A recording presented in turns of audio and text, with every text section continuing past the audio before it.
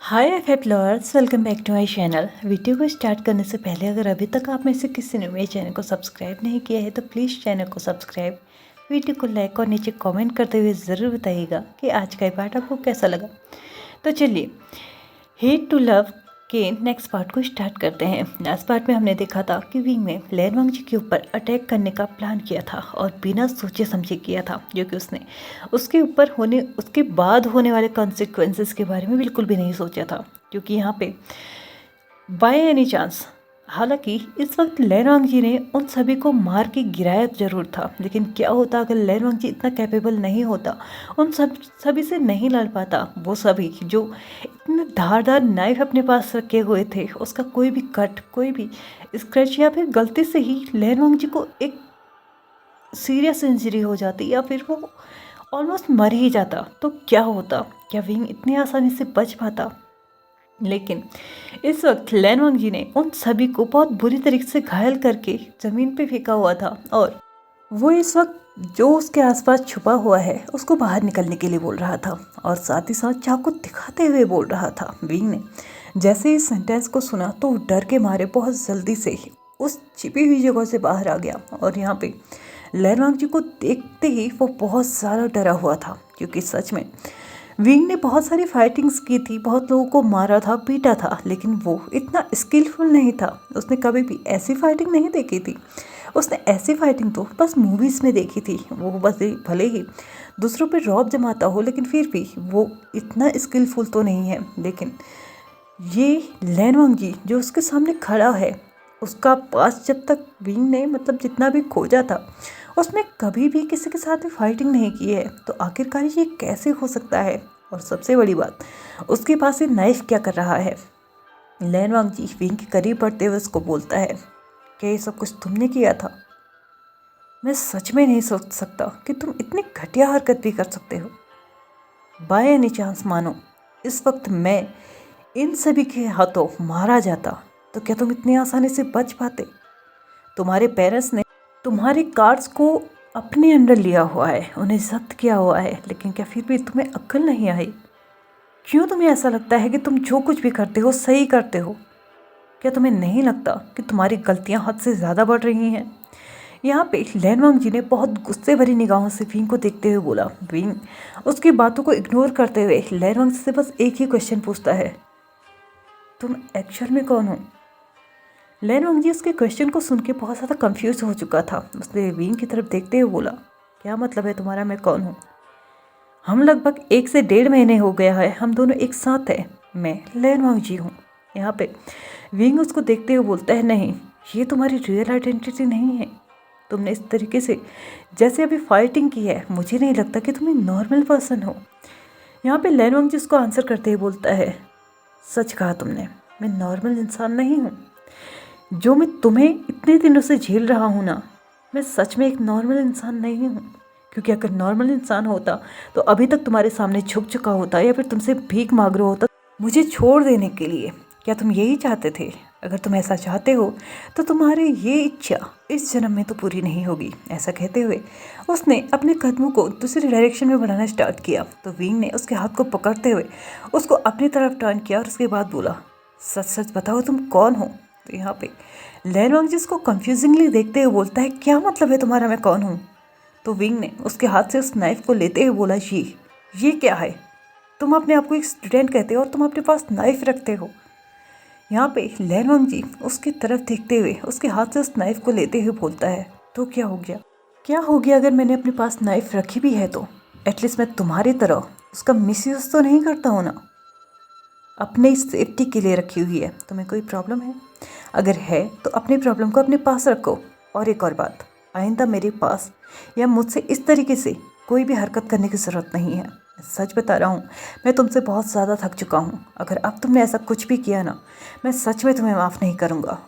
और जो कुछ भी होगा ना, उसका खामियाजा तुम्हें बहुत बुरी तरीके से भुगतना पड़ेगा। ऐसा कहते हुए वो पास ही में पड़े हुए अपने बैग को उठाता है और यहाँ से चले आता है। और विंग अभी भी बहुत ज़्यादा शॉकली वहाँ पे खड़ा था, क्योंकि सच में लैनवांग जी को देखने के बाद उसको लग ही नहीं रहा था कि लैनवांग जी एक नॉर्मल इंसान है।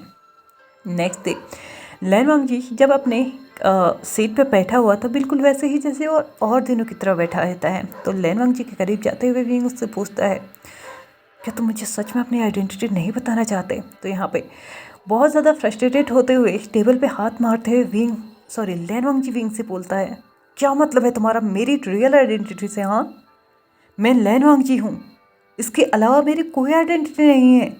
अपने दिमाग से इन बातों को निकाल दो कि अगर मैंने 2-4 लोगों को पीट दिया तो मतलब मेरी आइडेंटिटी कुछ और है।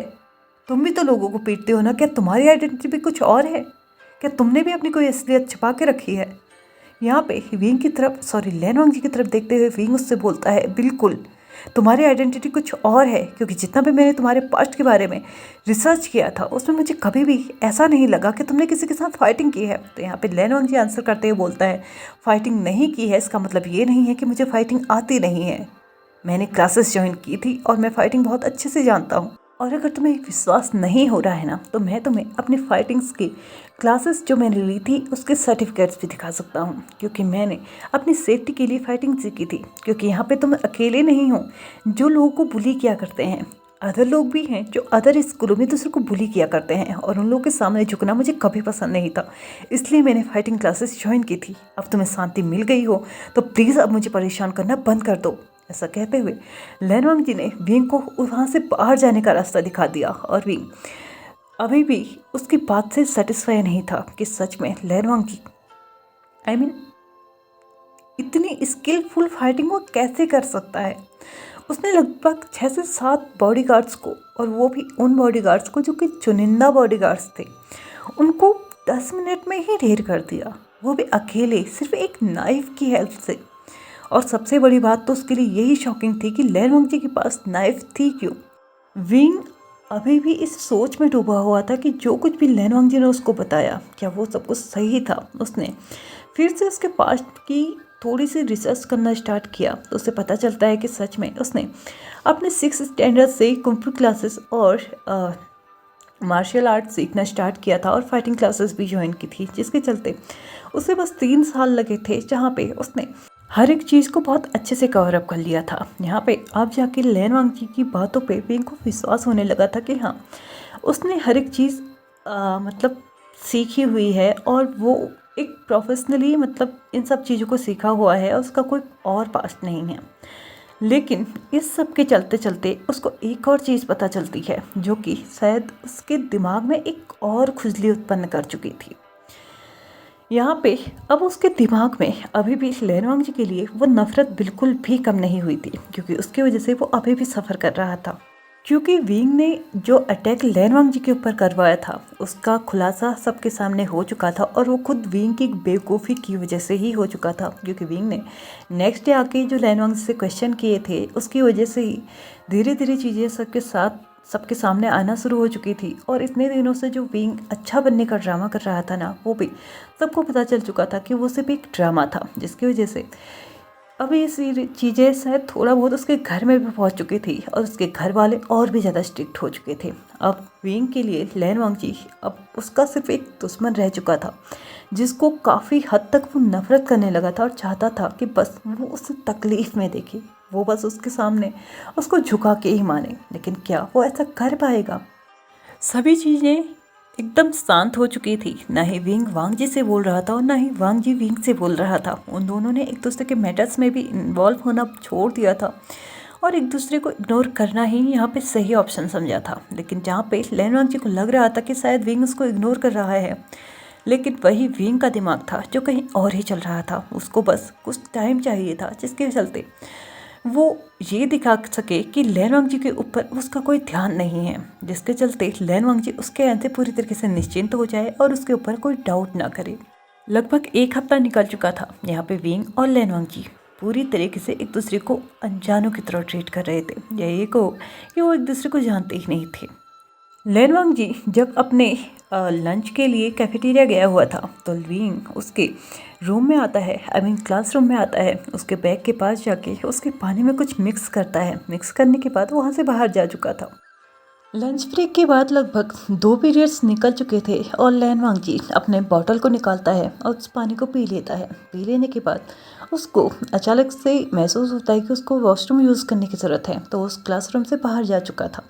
घर जाते ही वो कुछ दूर चला ही था कि उसको कुछ डिजीनेस सा फील होने लगा था। उसको ऐसा लगने लगा था कि जैसे उसके सामने हर एक चीज़ ब्लरी होते जा रही थी। उसने फिर भी अपने कदमों को आगे बढ़ाने की कोशिश की और अपने कदमों को आगे बढ़ाते हुए वो कुछ कदम चला ही था कि तभी वो बहुत बड़ी वॉइस के साथ ज़मीन पे गिर चुका था। और यहाँ पे एक कोने से देख रहा विंग बहुत इविल स्माइल के साथ उसको देखते हुए बोलता है,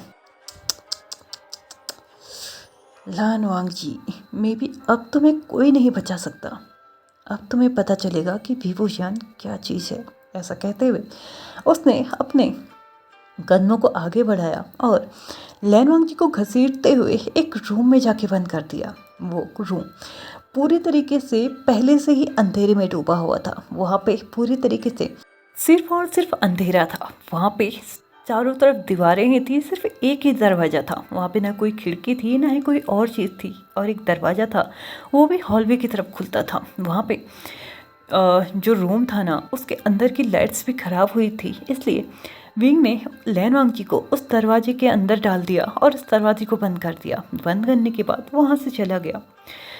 किसी ने भी यहाँ पे ध्यान नहीं दिया, लेकिन हाँ, सब लोगों को लगने लगा कि शायद लैनवांग जी अभी आएगा वापस या अभी आएगा। लेकिन लैनवांग जी आया या नहीं आया, ये ज़्यादा किसी लोगों ने ध्यान नहीं दिया। ऑलमोस्ट छुट्टी का टाइम हो चुका था। सभी ने अपने अपने बैग्स को पकड़ा और वहाँ से जा चुके थे। कुछ एक आध लोग थे जो लैनवांग जी के बैग की तरफ देख रहे थे और सोच रहे थे कि हाँ, लैनवांग जी जा चुका है, अगर गया है तो अपने बैग को लेके क्यों नहीं गया है। लेकिन लैनवांग जी इतना भी किसी के साथ क्लोज नहीं था कि कोई उसके सीट पे जाके देखे या उसके लिए वरीड हो या फिर उसके बारे में सोचे। इसलिए सभी लोग धीरे धीरे अपने घरों को जा चुके थे। कुछ जो टीचर उस वक्त क्लास ले रहा था उसे भी लगा कि शायद नेक्स्ट पीरियड तक लैनवांग जी वापस आ जाएगा, क्योंकि अभी वो भी अपने पीरियड के लास्ट टाइम पे था। कुछ मिनट ही बचे हुए थे, तो शायद उसे लगा कि लैनवांग जी नेक्स्ट पीरियड में आ चुका होगा, इसलिए उसने भी कुछ ज़्यादा ध्यान नहीं दिया। दूसरी तरफ विंग भी बहुत ज़्यादा खुशी के साथ अपने घर जा चुका था। ऑलमोस्ट इवनिंग हो चुकी थी। विंग ये सोच सोच के खुश हो रहा था कि अभी तक तो उसको होश आ चुका होगा, और अगर होश आ चुका होगा तो उसकी क्या हालत हो रही होगी। कि सच में जो कुछ भी उसको पता चला है वैसा हो पाएगा। अगर ऐसा हुआ तो वो सच में बहुत ज़्यादा खुश होगा। ऐसा कहते हुए ऐसा सोचते हुए वो अपने बेड पे जा चुका था। वहाँ जाने के बाद उसको एक चैन की नींद आई थी, ये सोचते हुए कि आज सच में उसने लैनवांग जी को ना एक बहुत बड़ी सज़ा दे दी है, जिसके बाद शायद ही लैनवांग जी उससे टक्कर लेने के बारे में सोचेगा। चलो टक्कर ले भी ले तो भी कोई फ़र्क नहीं पड़ता, फिर भी वो उसे तकलीफ़ में तो देखेगा ही देखेगा। यहाँ पे ये सोचते हुए वो एक डीप स्लीप में जा चुका था। इतनी गहरी नींद में जा चुका था कि उसको ये पता ही नहीं चला कि कब 12 बज चुके थे। हाँ, रात के 12 बज चुके थे और अब जाके उसकी नींद खुली थी जब उसको प्यास लगने लगी थी। जब वो प्यास की वजह से जागा तो उसने अपने फ़ोन में देखा तो 12 बज चुके थे। विंग ने अपने फ़ोन को साइड रखा और अपने साइड टेबल से अपने ग्लास में पानी लिया और उसको पी के वो दोबारा से सो चुका था। लेकिन सोते ही अभी बस कुछ सेकंड ही निकले थे कि उसकी आँख खुल गई। आँख खुली, उसने दोबारा से अपने फ़ोन को देखा तो वो 12 बज चुके थे और वो अपने मन में ही बोला, ओ शिट, क्या ये रात के 12 बजे हुए हैं? क्या सच में 12 बज चुके हैं? क्या मैं उस टाइम से अभी तक बस सोते आ रहा हूँ? ये सोचते हुए वो बहुत तेज़ी के साथ अपने बेड से नीचे उतरा और नीचे उतरने के बाद उसे याद आता है कि उसने क्या किया था। उसने लैनवांग जी को एक कमरे में बंद किया है और वो भी उसकी बेहोशी वाली हालत में। उसने एक्चुअल में सोना प्लान नहीं किया था। उसे लगा था कि वो कुछ घंटे मजे लेगा, कुछ घंटे वो लैनवांग जी को उस कमरे में बंद करके रखेगा और वहाँ जाके वो उसको खोल देगा कुछ घंटों के बाद। लेकिन वो अपने आप को ही कोसने लगा था कि वो इतनी देर तक कैसे सो सकता है। वो तो कभी इतनी देर तक नहीं सोया। लेकिन हाँ, इस वक्त एक ही चीज़ उसके दिमाग में चल रही थी कि अगर जो कुछ भी उसको पता चला था वो सच में वैसा ही रहा तो इस वक्त लैनवांग जी की हालत बहुत बुरी हो रही होगी। उसने इधर उधर बिना कुछ सोचे समझे अपने टेबल से अपने कार कीज को उठाया और जल्दी से अपने कॉलेज की तरफ ड्राइव करना स्टार्ट किया। वो इतने तेज़ ड्राइव कर रहा था कि जो 20 मिनट का रास्ता था ना, उसने लगभग 12 से 13 मिनट में ही कंप्लीट कर दिया था। उसने अपने कदमों को बहुत तेज़ी से बढ़ाना स्टार्ट किया। बहुत जल्दी ही वो कॉलेज के एंट्रेंस पे था। गार्ड ने उसको ऊपर जाने से मना कर दिया था क्योंकि कॉलेज बंद हो चुका था। इस वक्त सिर्फ गार्ड ही वहाँ पे था जो कि इस वक्त वहाँ पे ड्यूटी दे रहा था, इसलिए गार्ड ने उसको मना कर दिया था। लेकिन लैन वांगजी अंदर था और विंग इस वक्त उसको देखना चाहता था कि वो किस हालत में है। कहीं सच में उसकी स्थिति हद से ज़्यादा तो ख़राब नहीं हो गई है ना। ये सोचते हुए उसने गार्ड को धमकी दी कि अगर अभी के अभी उसने उसको अंदर नहीं जाने दिया ना तो यहाँ पे पीट पीट के उसको जिंदा मार देगा। गार्ड उसके बारे में अच्छे से जानता था, इसलिए गार्ड ने भी बिना कोई देरी किए उसको जाने की परमिशन दे दी। और विंग ने अपने कदमों को बहुत तेज़ रफ्तार से बढ़ाते हुए जल्दी से वो उस तरफ पहुंचा जिस तरफ उसने लैन वांगजी को बंद किया हुआ था। और जैसे ही उसने एक लाउड वॉइस के साथ दरवाजे को खोला तो वो देख सकता था कि लैन वांगजी अभी भी ज़मीन पे पड़ा हुआ था। वो अभी भी बेहोश था। लैन वांगजी तो हो गया बेहोश, अब कब आएगा इसको होश ये तो मुझे नहीं पता, लेकिन मुझे इतना पता है कि मेरा ये पार्ट अब यहीं पे ख़त्म होने लगा है। तो चलिए फ्रेंड्स, आज के इस पार्ट को हम यहीं पे ख़त्म करते हैं। वीडियो पसंद आए तो please like share subscribe and comment करते हुए जाइएगा।